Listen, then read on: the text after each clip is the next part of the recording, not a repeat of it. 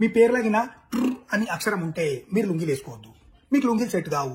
మీరు లుంగి వేసుకొని పోతే ఒకడు గుంజేస్తాడు. సో గుర్తుపెట్టుకోండి, జాగ్రత్తగా వినండి. ట్ర్ అని పేరులో అక్షరం ఉంటే లుంగి బ్యాన్. చాలా మందికి ఏదో పనులు ఇన్కంప్లీట్ అవ్వడం వల్ల చాలా టెన్షన్ పడుతుంటారు. మీకు ఒకవేళ అట్లాంటి టెన్షన్ ఉందనుకోండి, ఒక సమస్య ఉంది, నేను దాన్ని సాల్వ్ చేయలేకపోతున్నా అట్లా ఫీలింగ్ వస్తే దీనికి ఒక జబర్దస్త్ ఉపాయం ఉంది. 6 చింత గింజలు తీసుకోవాలి. ఎన్ని? 6. ఒక చేతిలో 3, ఇంకొక చేతిలో 3 పట్టుకొని సాక్స్ వేసుకునేటప్పుడు ఆ కాలు కింద వదలాలన్నమాట.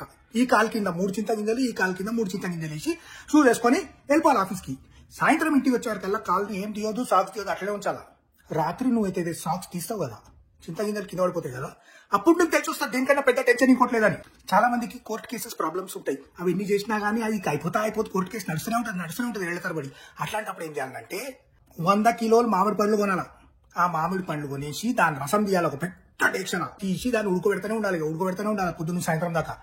రాత్రికి చక్కెర వేసి మిక్స్ చేసి అది మొత్తం గట్టిగా ఎంతవరకు దాన్ని అట్లా ఉంచాలా. నెక్స్ట్ డే పొద్దుగల మీద పోయి ఎండబెట్టాలి ఇట్లా ఫ్లాట్ గా. పొద్దున్న లేచే వరకల్లా మామిడి తాండ్ర తయారవుతుంది. కోర్టు కేసు నడుస్తూనే ఉంటుంది. మనం బయట నిలబడి మామిడి తాండ్ర అమ్మితే పైసలైనా వస్తాయి. కొంతమంది దగ్గర అన్ని ఉన్నా కానీ మనశ్శాంతి ఉండదు. ఆ మనశ్శాంతి ఉండలేదంటే ఏం చేయాలి తెలుసా? దాని ఒక్కొక్క ఎల్లిపాయ పలుకులు తీసుకోవాలి.